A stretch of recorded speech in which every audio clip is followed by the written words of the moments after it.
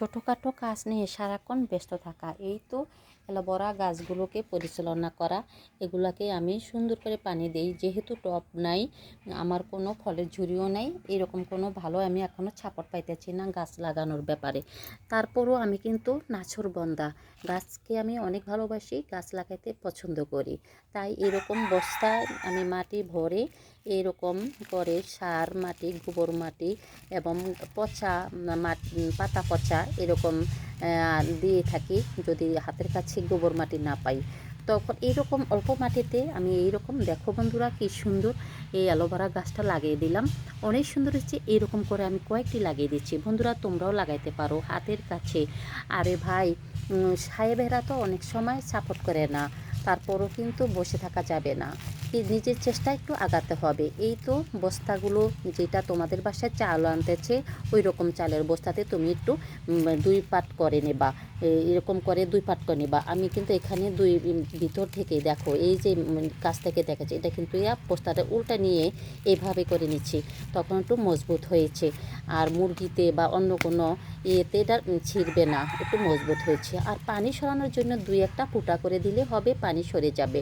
আর তোমরা যখন হাতের কাছে তরকারি খোসা, যে কোনো মনে করো এই অন্য পচা যে কোনো তরকারি এইরকম ফালাই দেবা না, ওগুলো হাতের কাছে রেখে এরকম গাছের গোড়ায় দিয়ে দেবা। আর দেখবা এটা পানি পাবে এবং দিলে এটা পচে সার হবে এবং সারটা গাছটা এরকম তরতাজা হবে।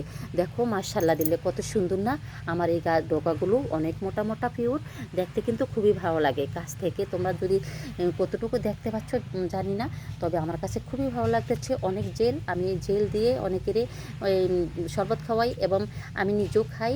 আর আমার মেয়ে এটা রূপচর্চা কাজে এবং আমরা নিজেরাও ব্যবহার করি। আর কেউ চাইলে তাকেও ডোগা দেই। আর বিক্রি করার জন্য কিছু চারা সংগ্রহ করেছি, এটা আমি ছেল দেব।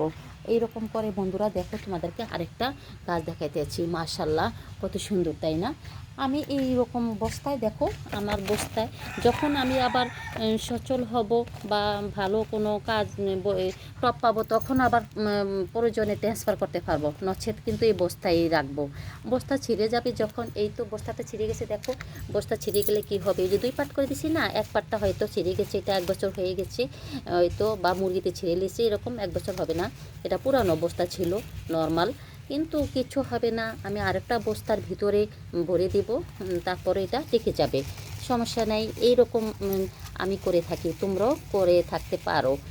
দেখবা 2-1টা পাশে এরকম অ্যালোভেরা গাছ তোমারও আঙ্গিনায় ঘরের হয়ে গেছে।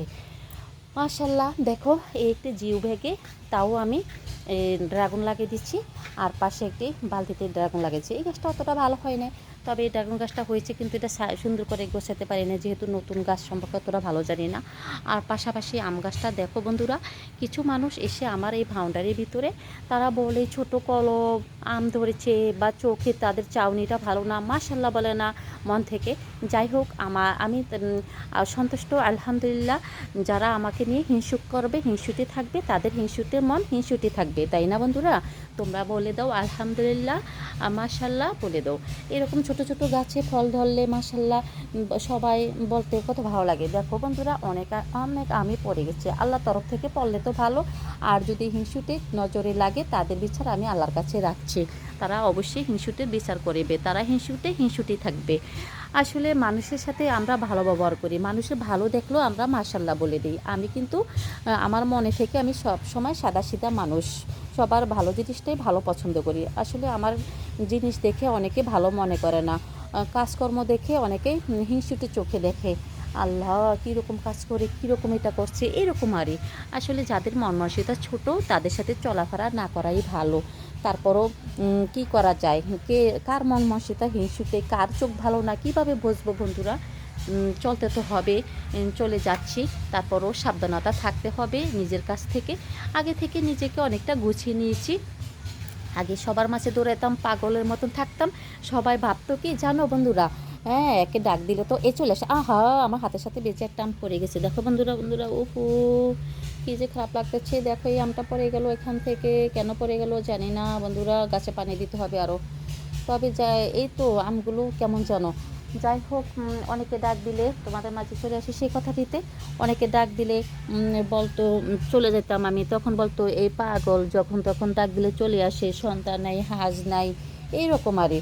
মানুষের আসলে মানুষকে মূল্য দিতাম, বেশি মূল্য দিতে যে তারা হয়তো বেশি একটু মাথায় উঠে যেত, এরকম করে অনেক সময় অনেকে আমাকে ভাবতো আসলে আমি সব সময় একটু নর্মাল বেজে থাকি। নর্মালভাবে থাকলে অনেকে মনে করে কি আমি কিছুই বুঝি না, আমি একটু হাবা বোবা। আমি সবসময় হাবা বোবা ভাবি, থাকতে পছন্দ করি। আসলে আমি অনেক কিছুই জানি, কিন্তু আমি মানুষকে সঠিকভাবে মূল্যায়ন করি, ভালোবাসি। সে গরিব হোক, সে বা বড়লোক হোক, ধনী গরিব সবার সাথে আমি মিশতে পারি। আমি যখন একটা সময় বাইরে ছিলাম আমার সাহেবের সাথে, সাহেব যখন জব করছিল বিভিন্ন ওই বাংলাদেশের আনাচে কানাচে জেলাগুলোতে, তখন আমি দেখা যাচ্ছে বার্মিয়া এবং ইংরেজি যারা বাইরে থেকে ট্যুরিস্ট আসতো আমাদের অফিসে, তাদের সাথে আমি অনেক কথা বলছি। হয়তো আমার ছেলে এই সময় ইংলিশ মিডিয়ামে পড়ছিল, তখন ছেলের সাথে অনেক জমছে ভালো ইংলিশে। তারপরে টুকিটাকি দুই একটা ইংরেজি তো তাদের সাথে বলতে পারতাম, অতটা তো মূর্খ নয়, যেহেতু একটু পড়াশোনা করছি, তখন এই তাদের সাথে একটু ভালোই জমতো।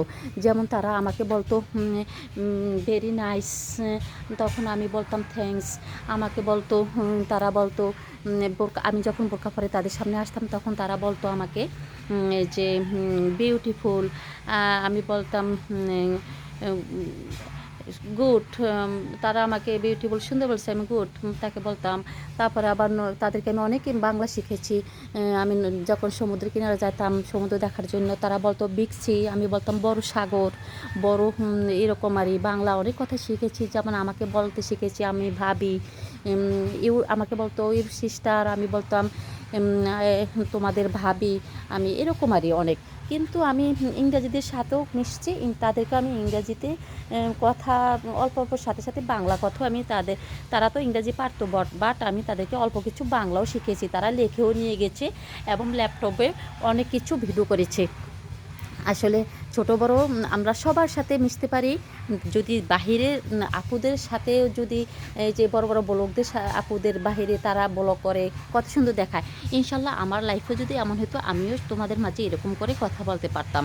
যেহেতু আমি লোকালে আছি, লোকাল সাইডের কথা নিয়ে, আমি লোকালের পরিবেশ নিয়ে আছি, আমি যখন যেখানে থাকি বর্তমানে সেই অবস্থা নিয়ে অবলম্বন করে থাকতে পারি। আমার জন্য দোয়া করো বন্ধুরা, আমিও তোমাদের জন্য দোয়া করি। প্রত্যেকের জায়গা থেকে খাড়াতে হবে। যেহেতু আমরা যেখানেই আছি, ভেজে আসছি যেতুন পেজে সাফল্যতা অর্জন, একে অপরকে হেল্প করতে হবে, সাপোর্ট করতে হবে। যদি ভালো লাগে অবশ্যই পাশে থেকো, আমি তোমাদের কাছে এই প্রত্যাশায়। আল্লাহ হাফিজ।